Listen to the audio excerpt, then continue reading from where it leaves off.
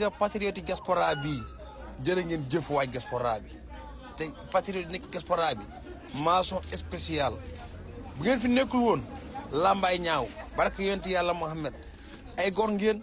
ay garmi ngeen bu ngeen jàppee ba tey bàyyiwu leen te yéen mën a xanaa xamoo su may misaal àdduna Europe lay def àjjana Afrique ma def ko safara maanaam yàlla bi mu sàkkee àdduna ba pare dafa dumuy Afrique xool Afrique jafe-jafe yi nii jànkoonteel ba tey mënuñoo am njiit bu baax moo tax waa diaspora bi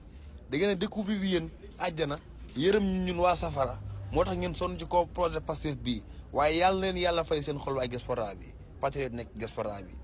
bu ngeen fi nekkul woon lambay ñaaw mention spéciale gars yi bind leen ma ci commentaire bi